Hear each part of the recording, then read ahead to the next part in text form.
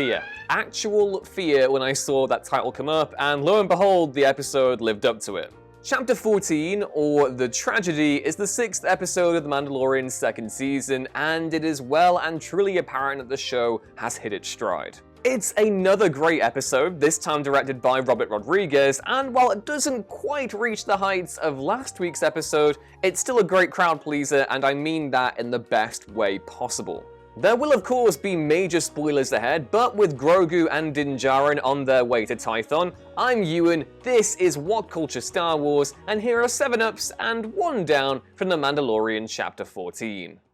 First, the ups. Number 7. Din clearly doesn't want to say goodbye to Grogu. Din has struggled all throughout The Mandalorian to get Grogu to do what he says, so to see him use his name to actually get his attention is ridiculously adorable. One thing I do want to point out is that when Din is giving his big speech to Grogu about how he needs to accept that a Jedi is going to take him away and that it's the right thing to do, he isn't talking to Grogu, he's talking to himself. He's clearly psyching himself up to part ways with the child, and it's obvious he's not ready to do that just yet. It's sweet, but also heartbreaking, given the title of the episode intimates danger from the off.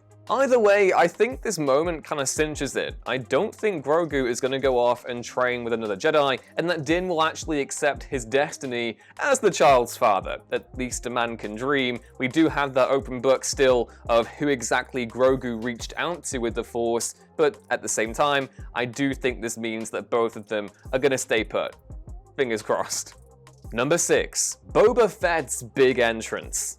As Ben Roy has been saying in each installment of the What Culture Star Wars podcast, which you should all go check out once you're done watching this, where's Boba Fett? Well, it turns out he's been tracking the Razor Crest all along, and he finally makes his big entrance in this chapter, and hoo boy, is it a good one.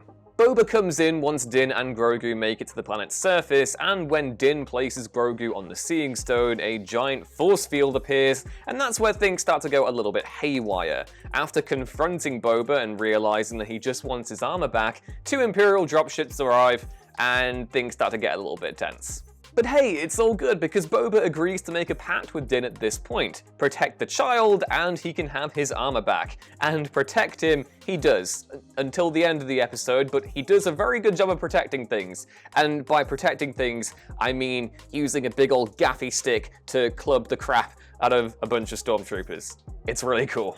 Temuera Morrison is just great here, and he manages to bring a really cool sense of grizzled world weariness to Boba that obviously wasn't there in his portrayals of Jango Fett, or of course the other clones in the Grand Army of the Republic. And again, he's also really great in action, like when he's using the aforementioned gaffy stick to club the crap out of those stormtroopers, or later on in the episode when he gets that really cool moment that I'll get to later. For now, all I'll really say is that I'm really excited to see where they're taking the character. I was one of those people who wasn't too hyped about the idea of Boba Fett returning, and when they did say he would come back, I kind of thought he would serve a sort of quasi-antagonistic role throughout the series, and I'm actually relieved that they haven't done that now because, in retrospect, that would have been the easier option. To see where they go with the character in this episode, that's much more interesting and cool, and I'll get to it later. Number 5. Fennec Shand also returns. Of course, the other big reveal in this episode of The Mandalorian is that Fennec Shand survived the events of Season 1 and has been assisting Boba Fett in the time since. Shand, like Boba, also gets plenty of opportunities to shine in the episode, and I for one am really optimistic that she could become a series regular going forward. Either that, or it will have something to do with the rumoured Boba Fett spin-off, but either way, more Ming-Na Wen in Star Wars is pretty cool no matter which way you cut it. Number 4. Boba gets his armor back. Man, I did not think I would be as giddy about this as I ended up being, but goddamn, I love me some Boba Fett. With the Empire bearing down on Din and Fennec, Boba makes a mad dash for the Razor Crest and retrieves his armor, single-handedly becoming the cavalry we all needed in this episode, decimating troopers left, right, and center with all sorts of cool goodies I didn't realize Boba's armor actually had. The highlight, of course, being when he uses his jetpack's rocket to annihilate the fleeing troop transports. It's just so cool. Again, just wow. I mean, this isn't on the level of Ahsoka for me, just personally speaking, but it's still just pure magic, and man, I love me some Star Wars. Number 3. The Dark Troopers arrive. But of course, things do not go well from there. Moff Gideon is in orbit, and whenever he's on the scene, things do not go well at all. Gideon sends his Dark Troopers that were teased a few episodes ago to retrieve Grogu, who is now collapsed on the Seeing Stone, and retrieve him they do. The troopers themselves look fantastic, and while we don't get to see them in action per se, in the sense that we don't get to see them fight Din Djarin or Boba Fett, I mean, that'll probably come later in the season, it's still great to see them flying around and doing evil things. Plus, it's more characters from the expanded canon coming into the new canon, and that is always a plus in my books. Technically, this moment should kind of count as like an emotional down, given the visual of Grogu being baby-napped by these giant hulking monstrosities is pretty terrifying, but still, Dark Troopers confirmed. What else can you say? Number 2, the coolest alliance. Okay, so like I said earlier, when Boba Fett was announced to be in The Mandalorian Season 2, I did think he'd take on that kind of quasi-antagonistic role, and that the show would play up on the idea that he wasn't a true Mandalorian, and for Din to learn the hard way that it isn't the armor that maketh the Mandalorian. All that said, I am much happier with the route they're taking the character.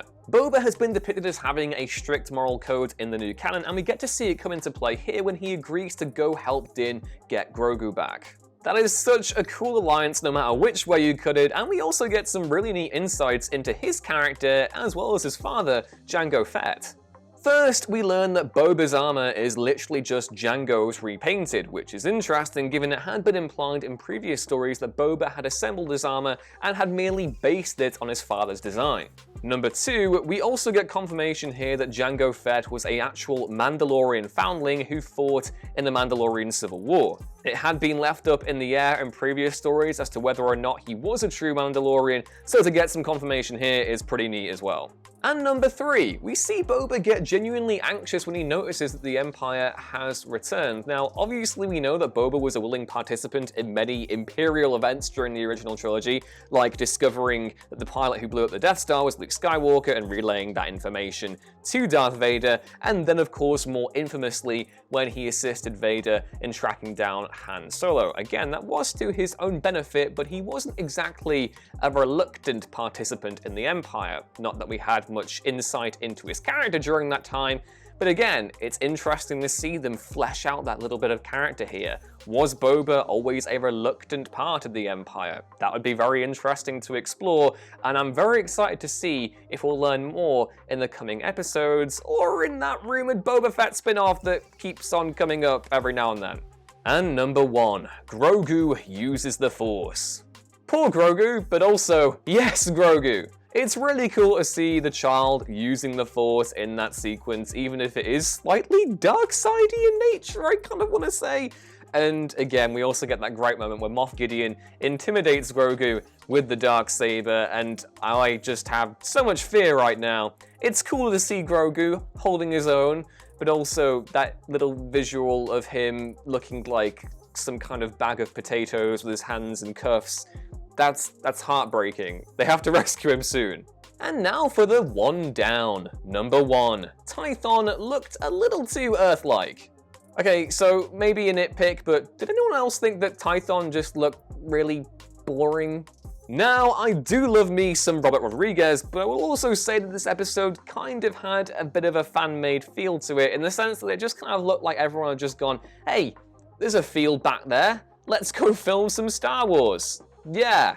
It might be a little bit more noticeable this time around, given that the last planet was so interesting and so alien, but this did just kind of look a little bit too Earth-like to me. The vegetation is all familiar, and again, this might be nitpicky, but it definitely didn't feel like a proper epic alien planet that we've come to associate with Star Wars and indeed The Mandalorian.